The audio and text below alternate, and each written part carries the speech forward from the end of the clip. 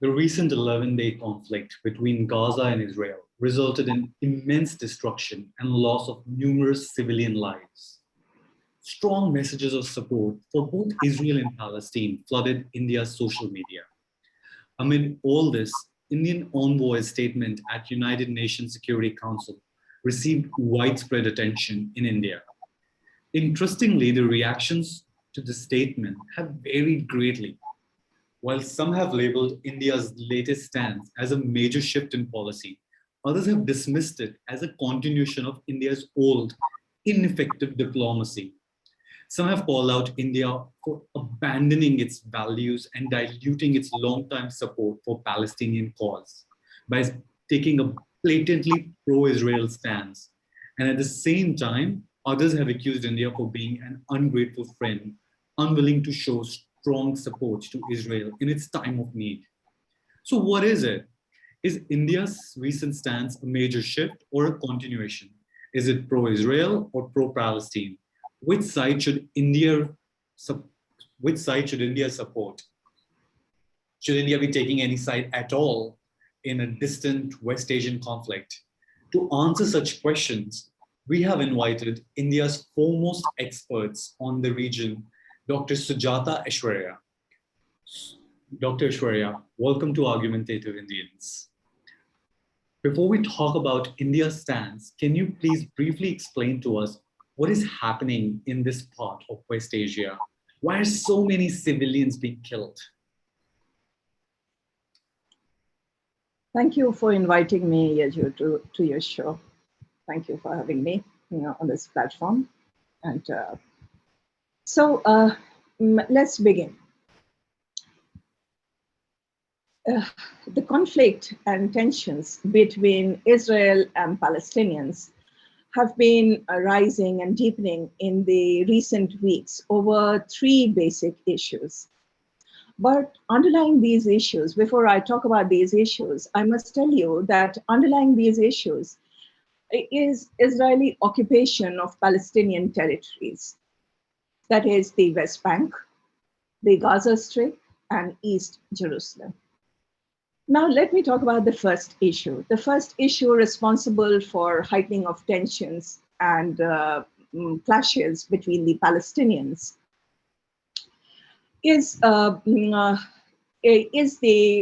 barricade that Israeli police put near the Damascus Gate.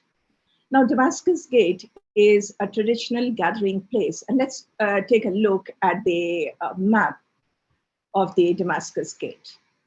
Now here's the map. Just give me 1 second. I'm just putting on the map. Yes.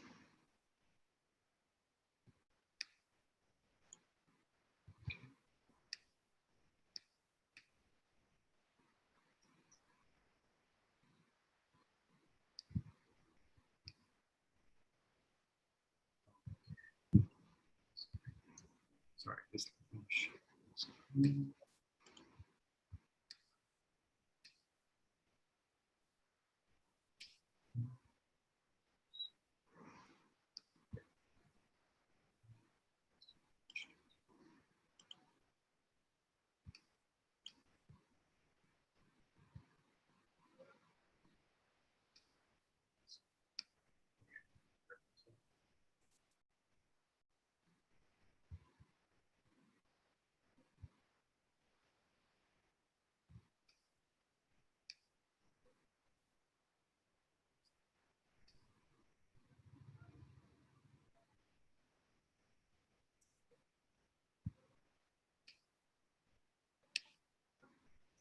Are you able to see the screen? No. Yes. You are? Okay, great. So this is the Damascus Gate.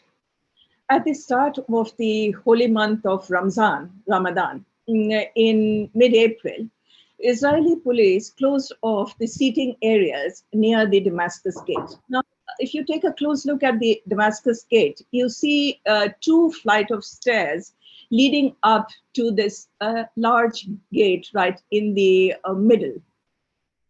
Okay.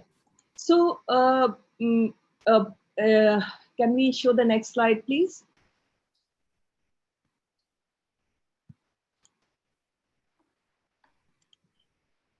So yeah, so at the start of the holy month of Ramadan in mid-April, Israeli police, as you can see in the photos, closed off the seating area near the Damascus Gate.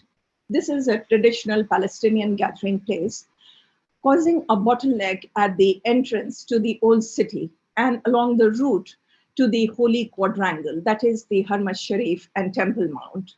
And this was seen as by the Palestinians as limitation on their freedom of movement. So if you look closely at the photo here, you will see that see the barricades put by the Israeli police, and this was seen as a limitation on the freedom of movement of the Palestinians who, after iftar during Ramadan, gather at the steps of the Damascus Gate to meet each other, to talk and to sit around. It's a huge, beautiful place to be. It's a huge, beautiful gathering place, and it's been traditionally used by the Palestinians to get together. Now, Damascus Gate, and what is the problem here? Now, the Damascus Gate is part of the old city, that is the walled city of East Jerusalem, which was annexed by Israel in 1980. Now, the Israeli police claimed that they were there to keep peace, which seems rather dubious, given that Palestinians sitting or milling around at the Damascus Gate posed no threat unless provoked, which is what the barriers did. When this happened, Jerusalem Street saw clashes between Israeli and Palestinian civilians. Now, the Palestinians were met with sponge-tipped bullet, skunk water, tear gas, and stun grenades. Now, let's take a look at the next photo here of the Western Wall and Harma Sharif. Now, when you enter the Damascus Gate, you turn left, you walk down a street, and you reach this particular place, the Western Wall Plaza or the Harma Sharif area. Now, the street that leads to this area is lined on both sides by Palestinian shops. It's part of the Palestinian quarters of the old city. And it leads up to this area, which is the Western Wall Plaza. This wall here near the ramp. Do you see a ramp here? So this ramp is used by visitors and tourists to get to the Harma Sharif quadrangle. This wall is the Western Wall revered by the Jews. This is the remnant of the Second Temple. So this plaza is extremely holy for the Jews, and the Jews in Israel and also Jews who visit Israel meet at the plaza to pray, to meet each other, to pray, etc. So this is a meeting place for the Jews. It's not as if the Arabs can't enter this plaza, but they don't. Now, the ramp is not the only way to reach the Harma Sharif quadrangle. Now, can you show the next slide, please? The Harma Sharif. Now, this area can be reached via the ramp, or this area can be reached via other gates within the old city. All right, so you have the Harma Sharif, the Golden Dome, which is also known as the Temple Mount by Israeli Jews. And this Temple Mount or Harma Sharif is also revered by both Jews and Muslims alike. On your right side is the Al-Aqsa Mosque. It's in the, both Harma Sharif and Al-Aqsa are in the same quadrangle. Now, this was the barriers at the Damascus Gate, which leads to this quadrangle, is one of the issues that flared up tensions between Jews and the Arabs, or Israeli Jews and the Palestinians who live in the old city. Now, the second issue leading to heightening of tensions between Israel and the Palestinians is the possible eviction of Palestinian families living in Sheikh Jarrah. Now, Sheikh Jarrah is a neighborhood in East Jerusalem, And this neighborhood is very close to the old city. And all these things are happening simultaneously. You have the barriers at the Damascus Gate, which is limiting freedom of movement. And you have the tensions in Sheikh Jarrah. Now, what is the tension? What is causing tension in Sheikh Jarrah? Now, Sheikh Jarrah is primarily a Palestinian neighborhood, just a very short distance away from the old city, the walled city of East Jerusalem. Now, anger has been building up among Palestinians for weeks in the run-up to now postponed Israeli court ruling on May 10th on whether Israeli authorities could evict dozens of Palestinian families living in Sheikh Jarrah neighborhood, and to give the Palestinian homes to the Jewish settlers who have been claiming that the land in Sheikh Jarrah belongs to them. And these Jews, the Jewish settlers, have called the Palestinians living in that neighborhood as squatters, which I think is a very strange and ludicrous way of describing the Palestinian residents in Sheikh Jarrah. Now, as protest in Jerusalem erupted, the tensions and protest also unfolded among Palestinians living in Lydda, which is in Israel, the Naqab, Haifa in Israel, Al-Faham again in Israel, and Nazareth in Israel. All areas that fall within what is called the Green Line, and that are Israeli by logic of the partition. Okay. These protests erupted in support of Sheikh Jarrah, as they did in Nablus, which is in the West Bank, the Palestinian area, in Hebron, and throughout the West Bank territory, as well as in the diaspora. So these protests forced the delay of Supreme Court, the Israeli Supreme Court's decision, and it also rerouted the Jerusalem Day Parade that was supposed to take place again on May 10th. So there were so many factors that were like fuel to the fire of the tensions that were rising among between the Palestinians and Israelis. Now, the third issue is the events at the Harma Sharif and Al-Aqsa Plaza, the compound that you have just seen in the old city. So on the Friday, that is 7th May, on the last day of Ramadan, Israeli forces broke up a congregation of Palestinians at the Harma Sharif Al-Aqsa Mosque Plaza, who had gathered there to pray and to stand in solidarity with the Palestinians of Sheikh Jarrah. And Israeli police entered the Al-Aqsa quadrangle, the Al-Aqsa Plaza, and injured, and in the clashes that ensued, they injured about 150 Palestinians. Now, as a result of this May 7th clashes at the Al-Aqsa Plaza, many more clashes occurred in East Jerusalem area and near the old city for the next 2 days. Now, on Monday, 10th May, tensions escalated over annual Jerusalem Day March, in which thousands of Israeli right-wing, flag-waving Jewish youth were to walk through the old city to commemorate the unification of Jerusalem, which took place in 1980 through an Israeli governmental legislation.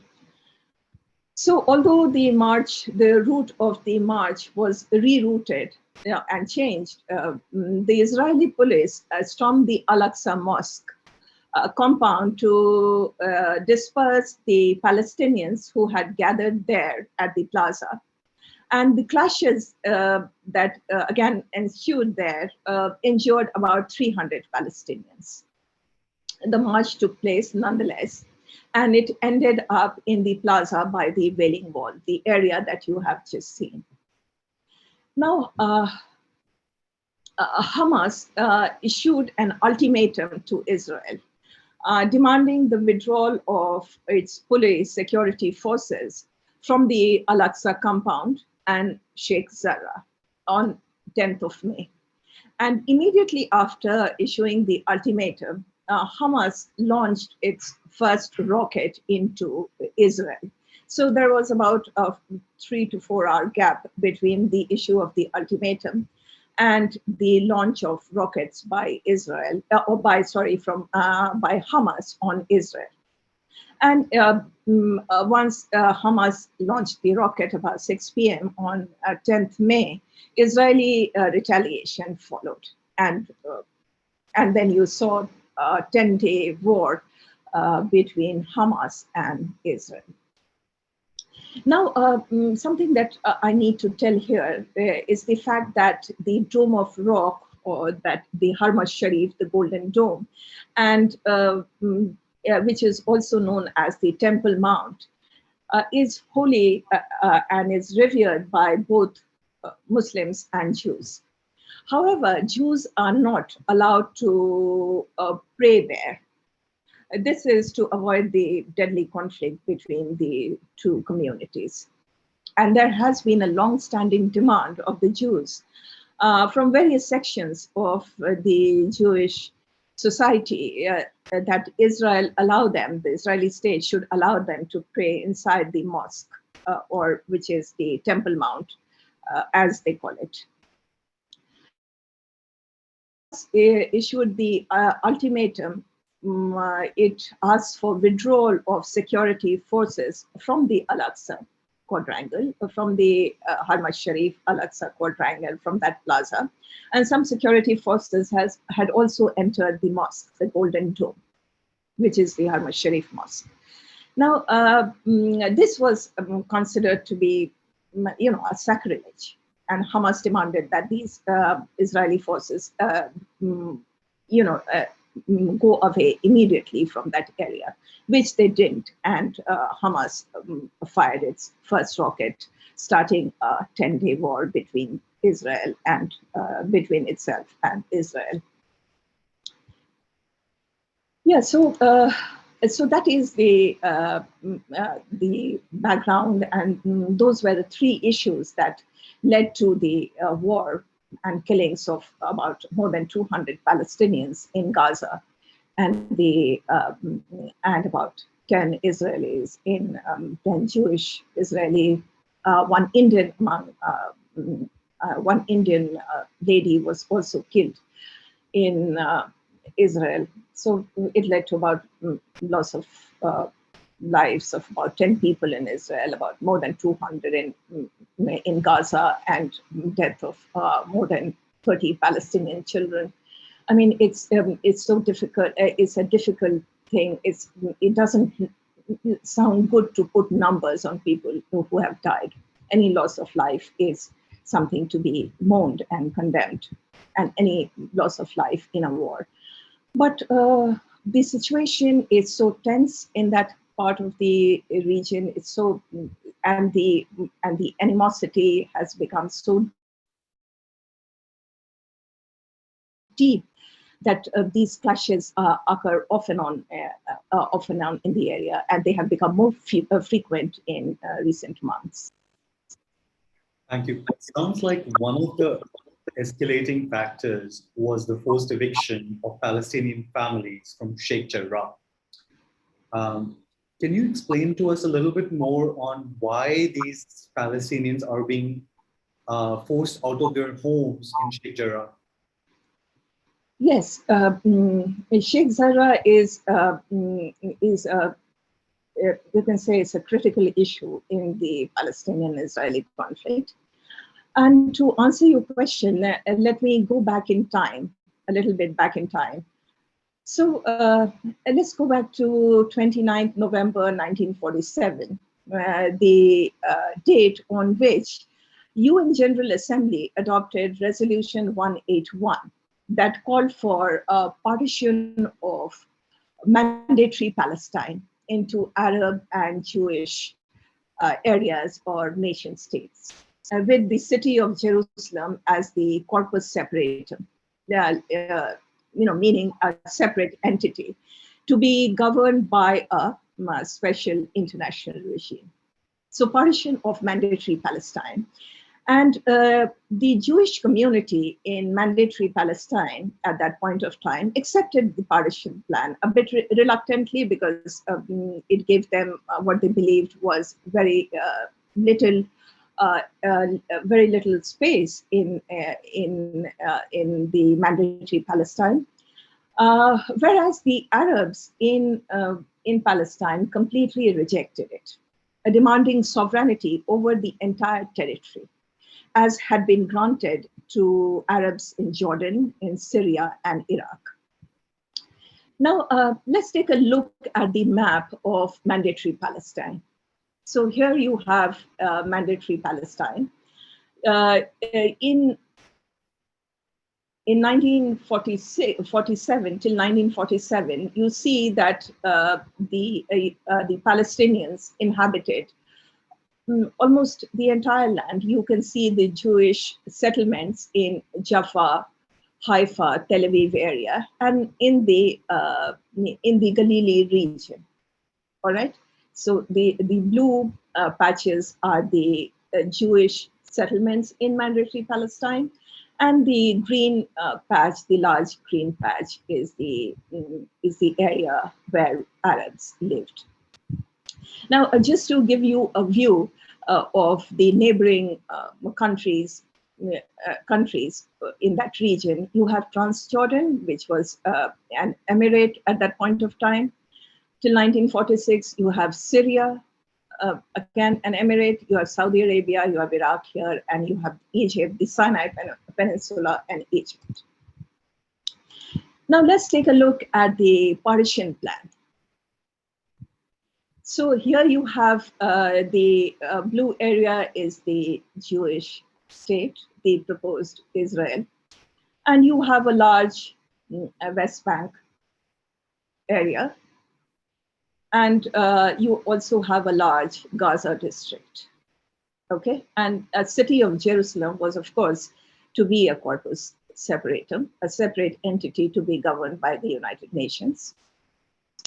And these two areas, the Jewish and the Palestinian states, were to be linked to each other with an economic union. But that didn't happen at all. Now, when the partition plan allocated about 49% of the Mandatory Palestine to the Arabs and about 51% to, or they say 48, 52% to the Jewish areas. So primarily the basis for partition was the people majority area partition, meaning that where Jews were in majority, that area went to the Jewish state, and where Arabs were in majority, that went to the Arab state. And there was also a provision for population transfer. But as I've already told you, the Jews accepted this partition plan, but the Arabs did not accept the partition plan. Now, as the partition plan was announced, there started a civil war in Mandatory Palestine. Remember, the British mandatory authorities were still in Palestine at that particular moment. But Britain in July 1947, had handed over the mandate of Palestine to the United Nations. Remember, the mandate was created in 1922 by the League of Nations, and United Nations was is a legatee of the League of Nations, is an organization which follows the League of Nations, and therefore the British handed over the Palestinian question, the question that was the foremost question of their mandate, to the United Nations. Now, United Nations appointed body called the UNESCO, United Nations Commission on Palestine, to devise solution for the resolution of the Palestinian issue.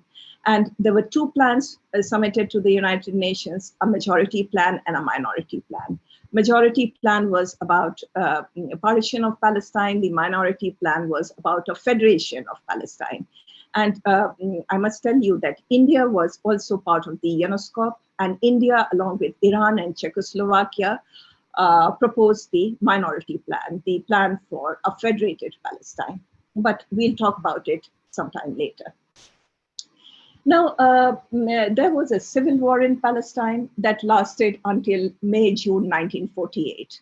That is the day when British formally gave up the mandate and left Palestine. On that particular day, Israel declared its independence on the territory, on the partition territory, all right? Now, following that, the dispute over partition plan erupted into an international war in which the nascent state of Israel fought Palestinian Arabs as well as Arabs from neighboring countries who joined the war. So on 15th May 1948, an international war started. Now, this war went on for another 6 months, but in early 1949, Armistice Agreements, a ceasefire agreement, Armistice Agreements were signed between Israel and neighboring Egypt, Lebanon, Jordan, and Syria to formally end the conflict and hostilities and establish ceasefire or armistice lines. Now, this line is also known as the Green Line. Now, Jordan took control over parts of Jerusalem in the war, and this area commonly came to be known as East Jerusalem. It established control over East Jerusalem, as well as in the West Bank, what we know as the West Bank area. Now, Sheikh Jarrah is a neighborhood in East Jerusalem, which came under Jordanian control by virtue of the Armistice Agreement. Now, during the war, it's very important to remember that hundreds and thousands of Palestinians were displaced and became refugees in neighboring countries. There was a dispossession of Palestinians, displacement of Palestinians, and loss of land. And this event is called in Palestinian narrative as the Nakba. Nakba is an Arabic word for catastrophe. In the Jewish narrative, of course, 1948 war was the war of independence. Now let's take a look at the map of the Partition Plan and the Armistice Agreement. Now on the right side, you have the Armistice Agreement. Now, as you can see, the purple area is the area that Israel captured in the 1948 Arab-Israeli War, the first Arab-Israeli War. All right. So now Israel, by virtue of capturing these areas, was now in control of about 78% of Mandatory Palestine. Now, these dotted areas, this dotted line is the green line here. This is the armistice lines. And these are the armistice lines, sorry. And this area came under the Jordanian administration, as well as East Jerusalem and West Bank area. And Gaza Strip, which was now reduced to a strip, came under the administration of Egypt under the Armistice agreements with both the parties. Now, the next map shows you the displacement of about 700,000 Palestinians from their homes inside what was now Israel. Okay, and also areas that Israel had captured during the war. So now inside Israel proper in 1948, proper as in the boundaries of the Partition Plan, as well as the areas captured in the war, in the 1948 war, about 150,000 Palestinians were still on their land, in their homes. Now the West Bank area had 400,000 Palestinians, and the Gaza had 60,000 Palestinians in 1948 as a result of the war. Now, many Palestinians from the Jaffa, Tel Aviv area in Western Israel along the coast also fled into Gaza. So so in Gaza, you have many refugee camps where you have refugees who fled the 1948 war as well as the later wars. You have refugee camps inside the West Bank as well. You have refugee camps in Jordan, in Syria, as well as Lebanon. Now, remember that so many Palestinians were displaced inside from the area that was Mandatory Palestine. Now, Sheikh Jarrah, the neighborhood in East Jerusalem, which came under Jordan, also had a Jewish community who were displaced by the 1948 war. Now, these Jewish refugees, you can say this Jewish community fled to West Jerusalem, which was in control of Israel. And they were relocated there, and they were given another property in West Jerusalem by Israel. Now, some Palestinian families, refugee families, settled in the Sheikh Jarrah neighborhood after being expelled from their homes elsewhere in 1948. They moved into homes built with the help of the Jordanian government and the United Nations Relief Work Agency for Palestinian Refugees, the UNRWA, that was established in December 1949 by the United Nations to deal with the issue of Palestinian refugees. So around 1955, some Palestinian refugees who had left or who were forced to leave their homes inside what was now inside Israel were settled in Sheikh Jarrah by the Jordanian government and by the UNRWA. Now, in another twist of history, there was another Arab-Israeli war in 1967.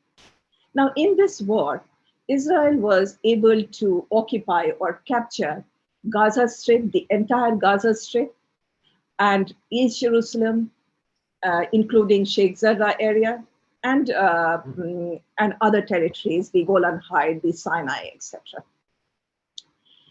Now, if you see the map, the next map, you will see that Israel moved beyond the Green Line, beyond the Armistice Line, and was able to occupy this entire area now known as the West Bank, the Gaza Strip, the entire Sinai, and Golan Heights in the north, which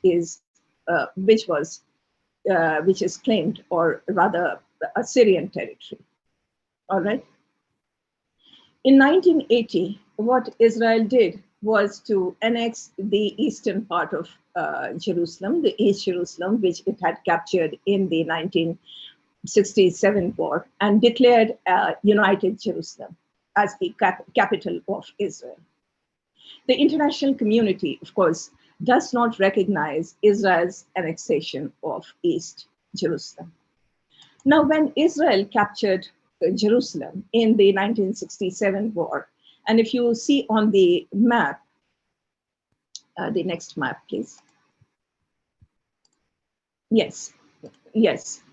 If you look at the map, you see a dark brown line. This is the older municipality of Jerusalem when it was under Jordanian administrative rule. Now, Israel in 1980 expanded the municipality of Jerusalem. Do you see the light orangish line here? Yeah. This is now the municipality of Jerusalem. And where is this area? This area is, of course, in the West Bank. All right. You have the Mount Scopus area, which is where you have Hebrew University. And this is the old city of Jerusalem. Sheikh Jarrah is towards the north of the old city, and another area in which Palestinians are losing property is the Silwan area, which is towards the south. Now, Israel passed the Legal and Administrative Matters law in 1970, 3 years after it captured East Jerusalem, West Bank, and Gaza Strip. and established collective rights of Israeli Jews to claim Palestinian property on the grounds that it was previously owned by the Jews prior to 1948, prior to the 1948 war. Now, in 1972, nearly 2 decades after the Palestinians had settled in Sheikh Jarrah under the Jordanian administration and also with the help of UNRWA, right-wing settlers began challenging Palestinian claims to their property in Sheikh Jarrah and elsewhere in East Jerusalem. All right, igniting a legal battle that continues till today. Now, right-wing settlers, settler group, the Lahav Shomeron, which is active in Sheikh Jarrah, there are other right-wing groups as well, Eldad and others. They say that they have acquired the land deed from the Jewish trust that bought it in the Ottoman era. Now, when Jews came to Palestine during the mandatory period, and even before the mandate began, they bought land inside Palestine from the Arab landlords who were absentee landlords who had land in Palestine, but were living, say, in Syria, in Damascus, or in Istanbul, or in Beirut. So the Jewish agency was able to buy land, and other Jewish trusts working in Palestine was able to buy land legally. Of course, there was no evidence of land seized by the Jewish people. They bought land, they established their settlements, they tilled the land, they established agriculture, etc., so on and so forth. So these land belonged to the Jews. There are land deeds. But the political situation changed in 1948. Israel was declared a state. Jews left those lands. Palestinians settled under the Jordanian administration. Then Israel occupied in 1967, occupied the entire mandatory Palestine, so to say. So this provenance of the land deed is upheld by the Israeli Supreme Court. Now, notably, there is no equivalent law allowing Palestinians who now live under the occupation or are refugees to reclaim land they abandoned in 1948. So I've already told you that they became refugees. They were forced to leave or left on their own because of the chaos caused by the war, or they were sometimes, forced by the Jewish army to leave their land and their homes, and to abandon villages. And there are plenty of evidence to support this. So there is no equivalent law which allows the Palestinians to claim the land that they abandoned or they were forced to abandon in 1948, or they were forced to leave during the war. In fact, they are prohibited from doing so under the absentee property law of Israel. It's a 1950 law declared by the State of Israel, which prohibits any Palestinian to return to Israel to claim the land. Some Palestinians can come to meet their families, but they cannot claim any land they might have left or they were forced to abandon in 1948. So this law, so a whole set of laws and the legal system protects the land claims of the Jews, but not of the Palestinians. Now, Palestinians dispute the ownership claims of the settler groups trying to forcibly evict them from Sheikh Jarrah and also from Silvan, arguing, and a plausible argument, I believe, arguing that Israeli Supreme Court that has no jurisdiction, or other courts in Israel have no jurisdiction over property or over the occupied territory, according to international law. Sheikh Jarrah is within the occupied territory of East Jerusalem, and the capture of property and transfer of population by an occupying power is a war crime under the Rome Statute. And Palestinians have a legal plausible point here. And the residents of Sheikh Jarrah have mobilized to resist their expulsion from by the Jewish settler groups who are covertly and also overtly by the Israeli police are being enabled to force Palestinians out of their homes. Now, Israel, we should also remember in this background that Israel has revoked the residency of about 1,500 Palestinians from East Jerusalem since 1967, since it was captured in the war. Now, if people were traveling, if Palestinians were traveling to, say, Beirut or to Europe or to the US, they were not allowed to come back and their residency was revoked. Now, Israel, and it's illegal to revoke residency of a person who living in a particular area under international law.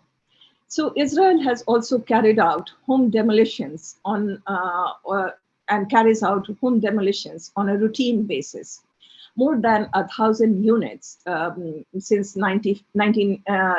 2004 have been demolished by the Israeli authorities in East Jerusalem. So if you have to build a unit, or if you have to change your property, or change your or build more rooms or expand your housing in East Jerusalem, you have to seek permission from the Israeli authorities, and this permission is seldom coming. And if you do build so-called illegally, then that area, that portion, is often demolished, and you also have to pay a fine.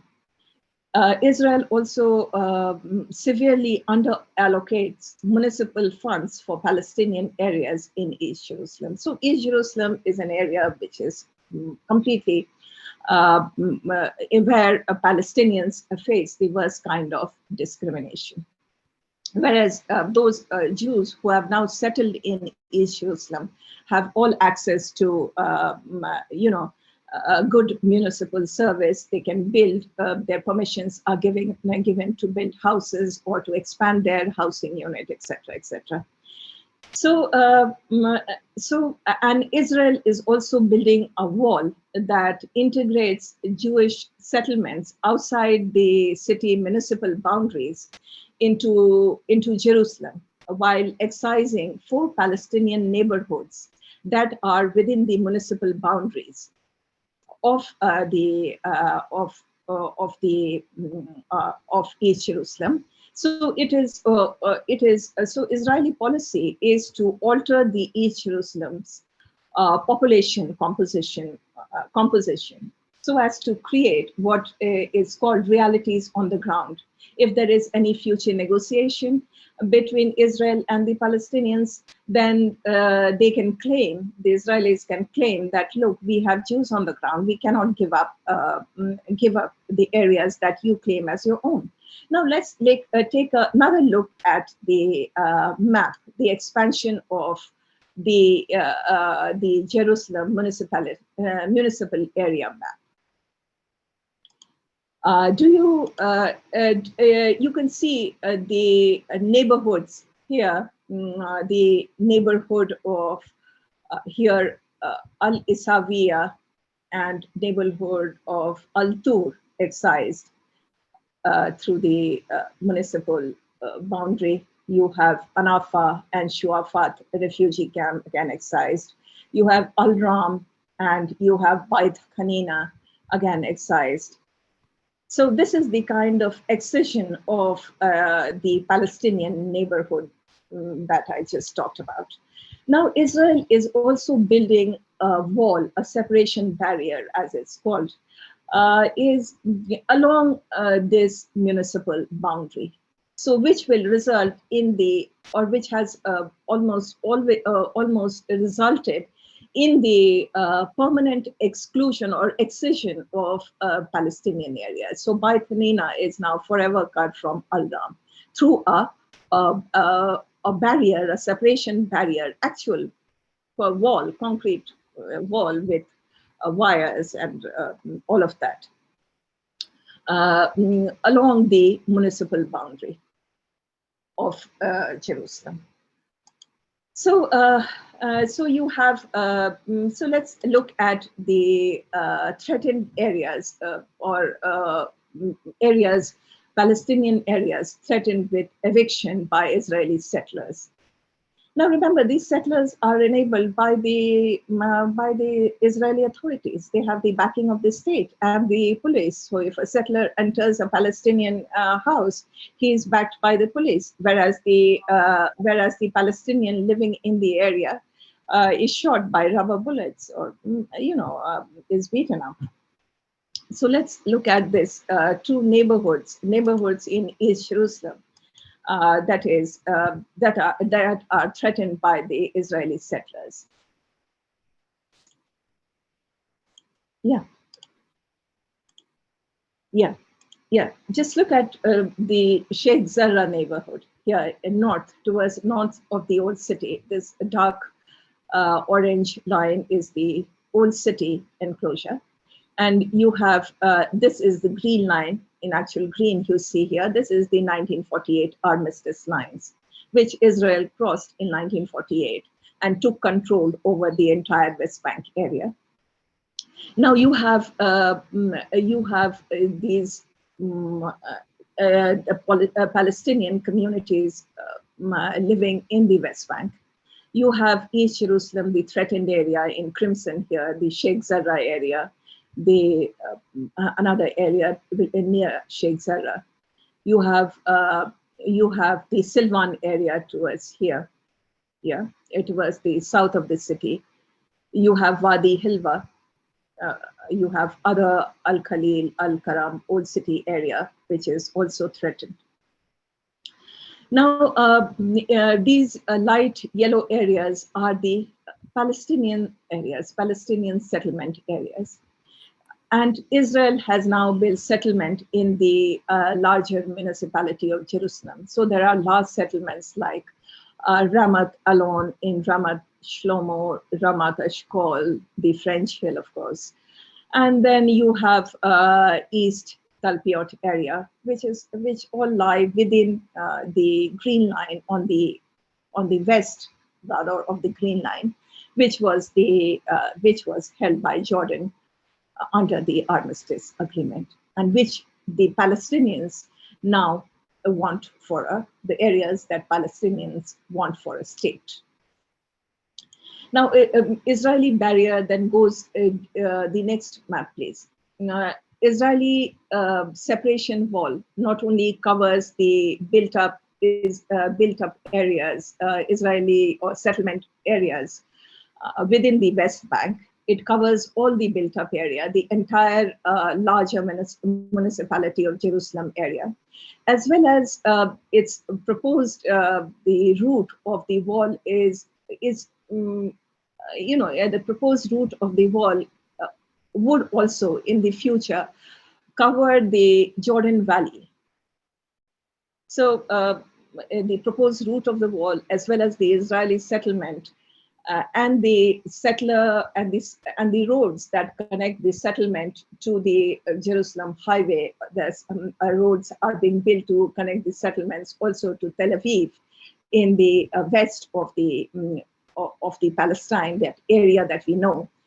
So these roads are not cannot be used by the Palestinians. They are settler-only roads. So these roads, the settlements in the West Bank, the separation barrier, have all completely fragmented the geography of the West Bank. And not only the geography, but it has also fragmented the Palestinian social life, Palestinian families, Palestinian society into several cantons, you can say. And Palestinians are now being asked to build a state in that fragmented area. So that is the story of Sheikh Zarrah, and I have linked up the story of Sheikh Zarrah to the Israeli settlement building activity in East Jerusalem as well as the West Bank. Now, these settlements are not tiny shanties or, squatting areas, but these settlements are like small towns, small cities that have housing, that have their own recreational area, that have schools. Aerial settlement also has a university. You have hospitals there. Those settlements are self-contained small towns. And Israel does not have the, the political or the psychological capital to dismantle these settlements. At least I do not believe the Israel will ever dismantle the settlements. And you can see that from the separation wall that they are building to demarcate, which includes all the settlements that they have built, or all the last settlements that they have built in the West Bank and East Jerusalem. Now, these settlements then, in any future negotiations, will become or is understood to become part of Israel. It is another matter that these settlements and settler-only roads fragment the territory geographically and in socially, politically, in every way possible. And so it's a very difficult situation that Palestinians are faced with in East Jerusalem and in the West Bank. Yeah, sounds indeed pretty tragic for them. One thing I wanted to understand, so you mentioned a lot of factors that led to the recent escalation, but which are sort of in Jerusalem and the West Bank. But still we see Hamas, which is based in Gaza, getting involved. So can you explain why did Hamas get involved, since the provocations were in the West Bank? Yes, sure. Now the Israeli government negotiates with the Palestinian National Authority, the PNA or PA, which is based in the West Bank. Now, PA came into being in 1994 as a result of the Oslo Agreement. Now, Israel and PA, are in regular consultation with each other on matters pertaining to the occupied territories. And Israel seldom, consults with the Hamas, which it does not recognize. Now, how does Hamas come into being? It has provenance in the first Intifada, but I'm not going to talk about it. Now, let's take Hamas as being in the Gaza Strip since 2006. And now, Hamas, as a political group, or it contested through another through a political party, won the Palestinian legislative elections in early 2006, riding on the failures of the Palestinian Authority led by Fatah. Fatah is a group of the PLO, the most prominent group of the PLO, which was led by Yasser Arafat. So PA is the rival. And in 2006, Hamas won the legislative elections, riding on the failures of the Fatah, Palestinian authorities led by Fatah, to deliver a state sovereignty for the Palestinians in the occupied territory. So in 2006, there was a lot of frustration among the Palestinians because the state had not come into being. The occupation continued, and the occupation of the territories are very harsh. It's a harsh condition. Palestinians are without rights. Or to steer the second Intifada of 2000 on a victorious path vis-a-vis Israel. So Palestinians, there were also a high level of corruption reported within the Palestinian authorities, institutional structures, which cast a negative light on Fatah particularly. So so the Palestinian Authority led by Fatah lost the elections, and the election was won by Hamas. Now, now Hamas even took up the leadership of the Legislative Council, but a civil war followed its victory in the January 2000 2006 elections. In June 2007, following a civil war, and I'm not going to discuss the civil war here, there were many factors what led to the civil war and how Hamas was able to seize Gaza Strip. But Hamas closed in on Gaza and established complete control on this very narrow sliver of territory, and has ruled the Gaza ever since, confining the Palestinian Authority to the West Bank. Under the Oslo Accord, the first Oslo I, Gaza-Jericho, it was called the Gaza-Jericho Agreement, under which the Palestinian Authority was first established in the Gaza Strip. Now in 2007, the Palestinian Authority moved to the West Bank. Now you have three areas. You have the Palestinian Authority in the fragmented West Bank. You have the Hamas in complete control of the Gaza Strip. The Israeli settlements, some 20-odd settlements, which were there in the Gaza Strip, were dismantled in 2005. So Gaza Strip has no settlement, no Israeli settlement. It is completely under the control of Hamas. But the borders of Gaza is controlled by Israel. So if you want to escape Gaza from the land side, you go into Israel, and Israel has completely closed the border on the land side. If you want to go on the other side, you have Israeli-Egyptian agreement.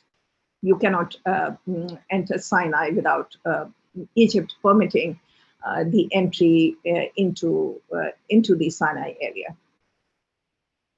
You have Gaza also has a coastline which is controlled by Israel. So Gaza is sometimes called an open-air prison where people cannot escape or people cannot move freely in and out.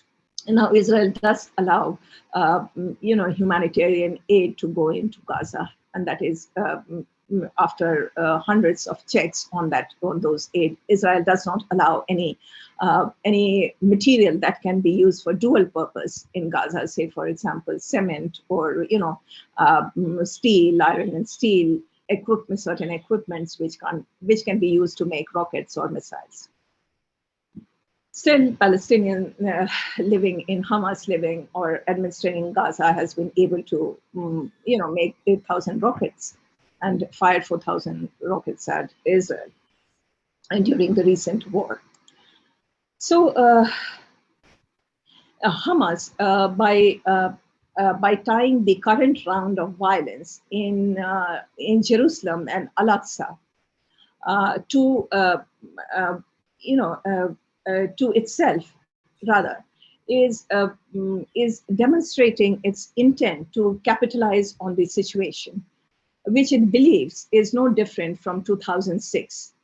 That is, Israelis don't have a state, there are clashes, there is animosity between the Israelis and the Palestinians, the occupation continues, the harsh condition, the loss of freedom of movement, the harsh conditions of the occupation still continues. So Hamas is demonstrating that it can, its intent to capitalize on this very tense or razor edge situation, you can call it, and to establish itself as the sole defender of Palestinian rights. Now, it appears as if, in my opinion, that Hamas wanted this war. It despises the Palestinian Authority, which controls some areas in the West Bank, and Israel and the Palestinian authorities. It appears that governs the West Bank areas under Israeli supervision. So Hamas believed that a limited, contained war with Israel would strengthen its claim to be the only true voice of the Palestinian people. Now, this war somehow also suited Netanyahu, who is the Prime Minister of Israel. Now, Netanyahu's strategic goal, or rather the Israeli strategic goal, is to keep all the territory west of Jordan River in control. That is, keep the West Bank under forever control of Israel. So he needs a Palestinian enemy, and I'm talking this polemically. I'm saying this polemically, that Netanyahu needs a Palestinian enemy that refuses to talk about sharing the West Bank. And Hamas is that enemy. Hamas does not recognize Israel. Hamas wants to establish a Palestinian state in the entire mandatory Palestine.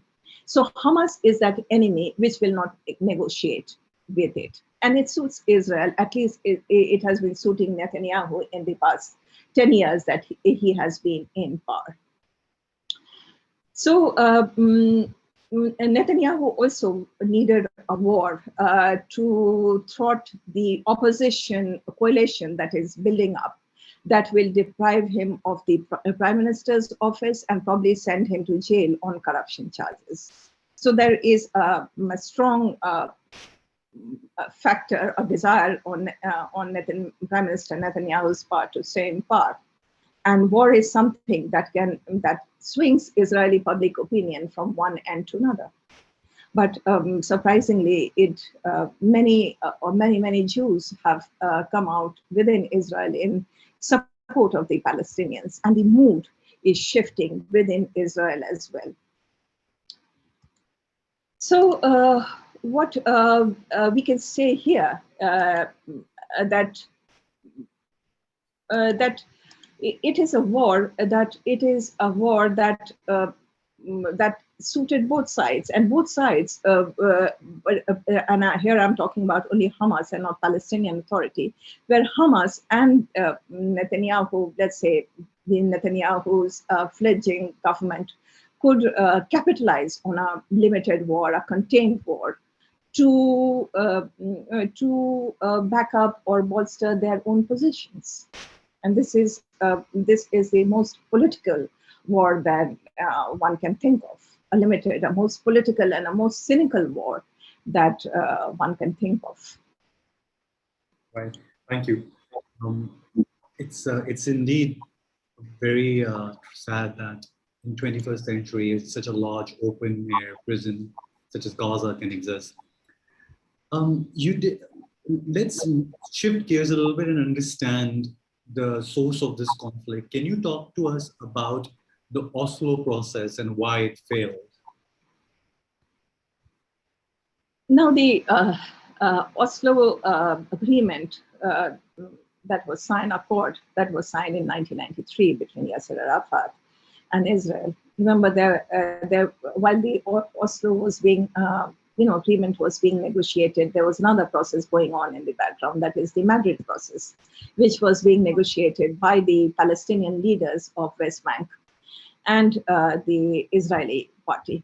And now Oslo came as a surprise for everyone who were negotiating under the Madrid process. But now let's talk about Oslo process. The ultimate, now Palestinian state is nowhere mentioned in the Oslo process. A Palestinian entity is mentioned. So the idea of Oslo was to build a state for the Palestinians in most of West Bank with some territorial compromise and in the Gaza Strip. Now, East Jerusalem, the very contentious issues, the issue of settlement was to be negotiated as part of the final status agreement when trust was built between the two parties through redeployment of forces, Israeli forces from the West Bank, and as more and more area came under the rule of the Palestinian National Authority. Now, I'm going to talk about this a bit later when I talk about maybe, let's talk about when we talk about a two-state solution or something like that. But let me just right away put out two factors that are responsible for the failure of the Oslo process. a peace process that began with a lot of confidence, but ultimately failed within 5 years. Now, these two factors were the settlement, the continued settlement building by Israel in the occupied territories, both in Jerusalem and the West Bank, and terrorism by Hamas. Now, Hamas was not part of the Oslo process, so it had, and in its rivalry, in its political rivalry with Fatah, it had every reason to derail any peace process which would marginalize it in Palestinian politics. Again, it is an aspect of the Palestinian politics that we can look into later. But from the Palestinian perspective, and overall, I'm trying to give you an overall perspective. So from the Palestinian perspective, Israel's settlement construction in the West Bank and East Jerusalem, territories that they consider essential to their future state, was like eating pizza while negotiating over it. Throughout the 5 years following the Oslo Accord in 1993, Israeli settlement construction continued. And Hamas's terrorism within Israel also continued. So there were many instances where Israeli civilians were killed. There were suicide bombings by Hamas operatives within Israel in Jerusalem. There was a big suicide bombing in Tel Aviv, these suicide bombing inside buses. So that while the settlement building continued, the suicide terrorism also continued. So Israelis during this period were being killed at a much higher rate than the Palestinians, with Hamas being the primary perpetrator. Now, Yasser Arafat, who was the president and leader of the Palestinian Authority, failed to rein in Hamas, which was egregious by all measure, as was the Israeli failure to halt the settlement expansion. So this resulted in both the parties losing faith in the Oslo process. Now, I want to tell you that the suicide bombings was so damaging to the peace process. It was like the death knell. The Israeli people lost faith in any peace process with the Palestinians. You see in the public opinion polls at that point of time, the Jews or the Jewish Israelis being increasingly skeptical about a Palestinian state living side by side peacefully with Israel. Now, what it did politically, the suicide terrorism did politically, was to completely finish off the Israeli left in the Israeli political landscape.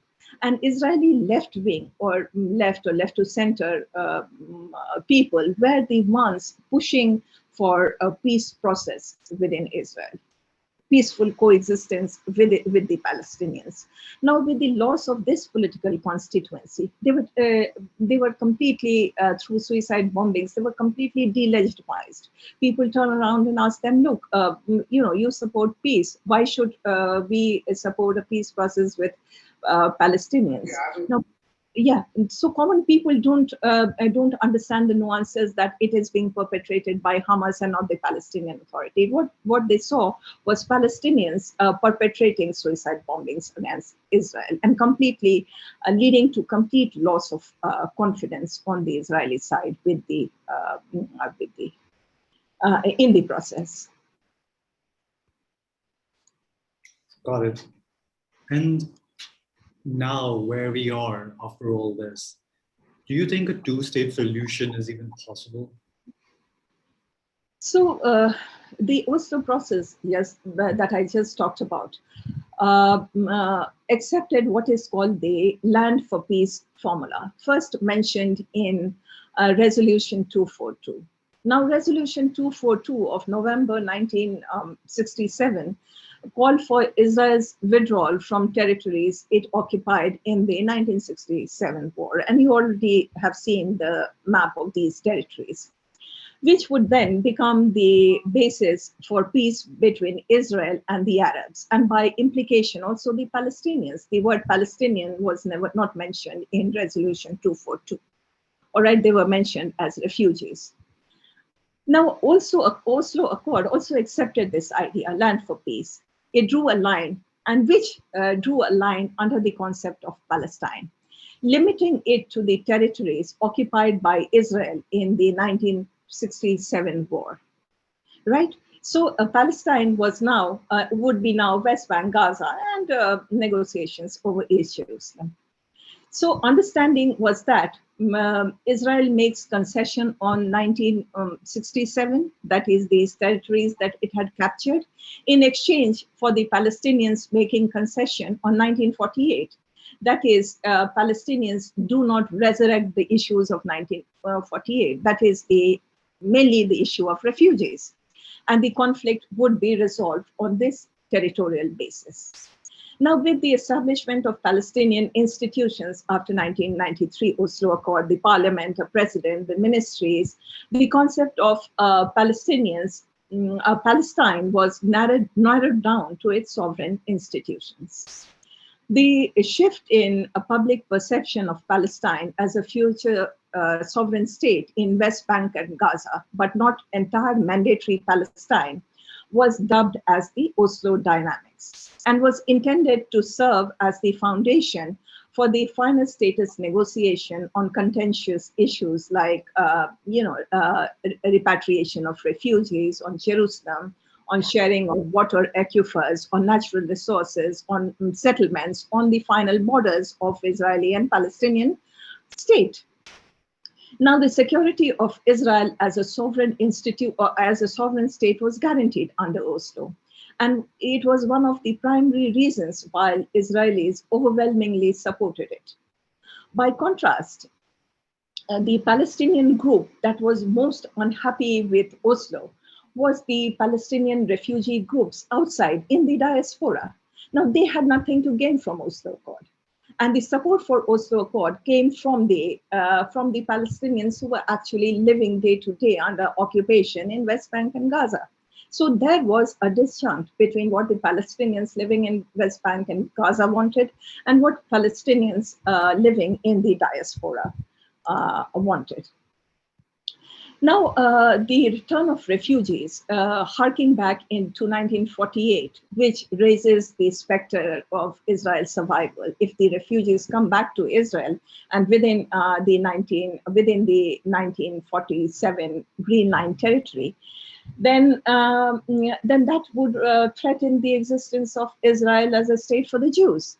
And this was deferred in the Oslo Accord to the final status agreement, which was scheduled tentatively after 5 years of trust building through the implementation of Oslo Accord and redeployment of Israeli forces from West Bank, while at the same time guaranteeing security for Israel. And remember, security of Israel was compromised through suicide bombings. Now, with the collapse of the Oslo, the central 1948 issue has reopened. We can say the 1948 file is now open, the return of Palestinian refugees to their land within Israel. So there are two files, the 1967 file, the 1948 file. 1967 file was a territorial file. You know, Israel withdraws from occupied territories, and you have the Palestinian state, which lives side by side with Israel in peace and harmony. You have the 1948 file, the return of refugees file, and that's why for the Palestinian diaspora, there was nothing in the Oslo Accord, and they opposed it.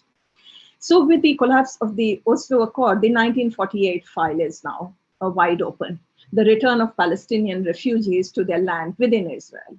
And the events in Sheikh Jarrah and Silvan serve to highlight the refugee issue. And so how precarious is the status of Palestinians within the occupied territories? There is no law which protects them in their land. So you saw the return of the 1948 issues on 18th May. You know, it was right in front of you, when on 18th May 2021, a general strike was called by Palestinians of Israel, Palestinians who live inside Israel within the Green Line, in solidarity with Palestinians in the West Bank and Gaza Strip. It demonstrated how Palestinians in Israel and the occupied territories view their fate as shared and supported, and this fate is supported, and their shared view of Palestine is supported by the Palestinians in the diaspora. So you had as if the Palestinians in the entire Mandatory Palestine were fighting for self-determination in unison. Today, what you have is that Palestine of 1948 coming back into the discourse. The refugee crisis the refugee crisis highlighted by the plight of Sheikh Zarrah Palestinians and Sylvan residents of East Jerusalem, has reintroduced the refugee factor into the discussion on any resolution of the conflict. So it appears as if the Oslo dynamics has imploded. For the Jews, how do Jews look at it? This means that the end of Israel as a Jewish state for the Jews, unless, of course, political leaders are willing to make difficult choices in favor to completely end or divorce from the occupation. Now, ending the occupation it's not as simple as it appears. Just withdrawal from West Bank and Gaza and you have a Palestinian state. It's not that easy. At the most fundamental level, the West Bank and East Jerusalem are splintered by settlements, making it impossible to establish a viable Palestinian state with borders. Now, Gaza's devastation, as we have seen, continues with wars and problems caused by isolation from the rest of the world. Additionally, there is political rivalry between Hamas and Palestinian Authority, which ensures that there is no unified Palestinian vision for the future.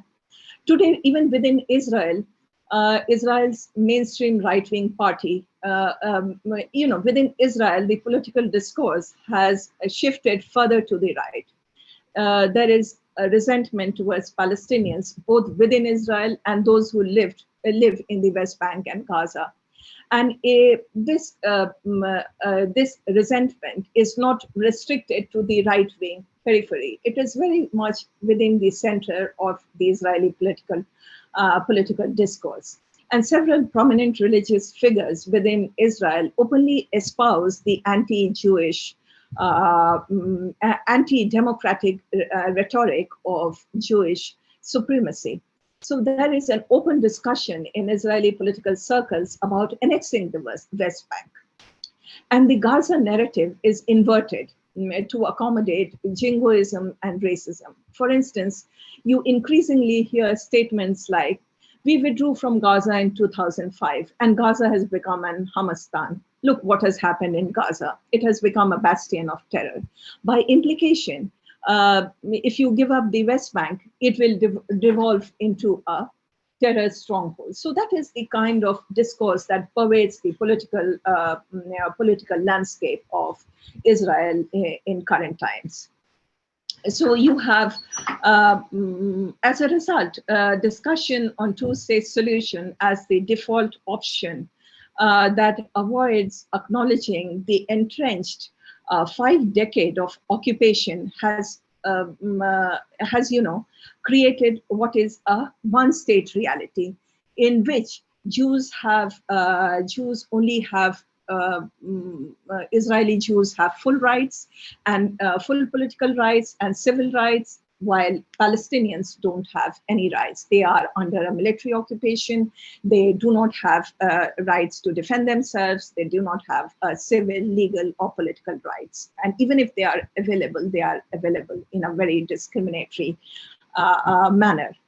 So Uh, so one two-state solution is like tiptoeing around the realities of the created by the occupation. The only viable reality is, and to calm down the situation at the moment, is going back to the status quo. In the absence, I believe, of a radical shift in circumstances, two-state or even one state or a binational state or any kind of state is not viable. So, both the Israeli and Palestinian side have to think of new way completely of how they want to end the conflict, live together, side by side, together, what kind of political order they want to establish in that area and amongst themselves. But two things have emerged clear out of this conflict: that Palestinians have not forgotten that their land had been occupied, and they have remained steadfast in their commitment to self-determination and to get back to their land. And second, that Israel has become a prisoner of its own occupation. It's a sad note to end this particular section of the discussion, but the situation is dire in Israel-Palestine. What is your view of India on this conflict? India's stance on this conflict? Now, let me just talk about the stand that India took in the United Nations. India's stand on the conflict is a long-standing one, and it is very nuanced. It's a very well-balanced stand that India has always taken on the conflict. And this was reflected also in the debate which took place on 17th of May in the United Nations. So India presented a very well-crafted, balanced stand in that debate. And it showed and it demonstrated its commitment to conflict resolution. Three things struck me, and I'm only going to talk about three things. One is our ambassador referred to Harma Sharif and Temple Mount in East Jerusalem, the quadrangle that we know of now, in the same breath, which demonstrated that India fully comprehends Israel and Palestine's competing but equal claims to Jerusalem. Jerusalem is not entirely Palestinian, so Jerusalem is not entirely does not entirely belong to Israel, despite the fact that Israel may have annexed it. And the resolution of future contentions should be based on accommodation and compromise. So that is that was India's stand, and it is also a reiteration of the stand that the international community has taken since the Arab-Israeli War of June 1967. Second was the unequivocal condemnation of rocket fire into Israel from Gaza. And the unequivocal support for Israel's right to defend itself. Now, if you recall from our discussions today, that that Hamas was the first made the first fire of rockets into Israel. So India's stand on this was to return to calm and negotiations, which is the call of the day and which is what the international community wants. And third, by mentioning East Jerusalem neighborhood of Silvan and Sheikh Zara by name, in the statement, if you look at the statement, India names these two neighborhoods of East Jerusalem. India is asking the conflicting parties to refrain from unilaterally altering the status quo in East Jerusalem and the neighborhood of East Jerusalem. Now remember, East Jerusalem is an occupied area, despite the fact that Israel may have declared it united with West Jerusalem and as the capital of Israel. So by doing this, India demonstrated its support for the internationally accepted position that East Jerusalem is an occupied territory whose status cannot be altered by one or the conflicting parties. Now, on a note of India's long history, long foreign history of conducting a balanced foreign policy. Now, if you look at India's foreign policy in the region, you see India's foreign policy demonstrating what is called the strategic flexibility in dealing with nations that have antagonistic relations with one another. So if you look at relations with Iran and India's relation with Iran and India's relations with Israel, India's relation with Israel, India's relation with Palestine, with Saudi Arabia, UAE, and India's relation with Iran again. Turkey, Turkey and Saudi Arabia. If you look at all these bilateral and India stand in multilateral fora, you will see a very well balanced, crafted statements by our ambassadors and by our officials in all of these, in all these, very theaters which are also sites of conflict. So I believe that nation states pursue interests and values in their diplomacy, in their international relations and politics, and India is no exception. So India's stand in the recent UN debate must be considered in this light. While India and Israel may have many areas of agreement, mutual interest, and collaboration, which we want to maintain and we want to sustain and move forward with them, Palestine will always remain a cause that India will support, as our position here stems from our own struggle against domination, suppression, and denial, as well as our memories and lessons learned from those, from history and from those memories. So those who created the statement in the, for our ambassador in the UN, seem to still have that memory of our entire national movement, of our fight against domination and suppression in mind. Thank you. Do you think India can play a greater role in bringing peace and stability to the region? Now, I will restrict my answer to the Palestinian-Israeli conflict. India can have a greater role in other conflict theaters in the region. But India's contribution to the resolution of the Palestinian-Israeli conflict is debatable. India, in my opinion, and it's my own country, it lacks the capability to do so because of our own internal and strategic challenges that we face with vis-a-vis our relations with the neighbors and other strategic challenges in our assertion in our part of the world as well as in other parts of the world. And we can discuss that in another session.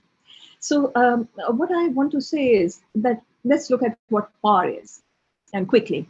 And so power is a function of military might, economic clout, and these are the most frequently discussed categories of power. Three lesser known categories are also technological advancement, social stability, and international image are also critical while we discuss power. So India is deficient in the traditional areas, our economic power, economic clout, our military might.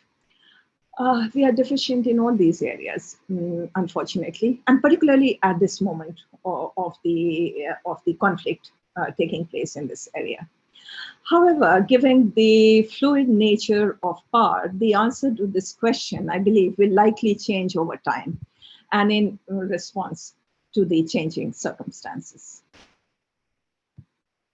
Thank you, Dr. Ashwarya. This was very insightful, and it was an honor to have you on our platform. Thank you for having me. Thank you. And I immensely enjoyed answering all your questions. Thank you.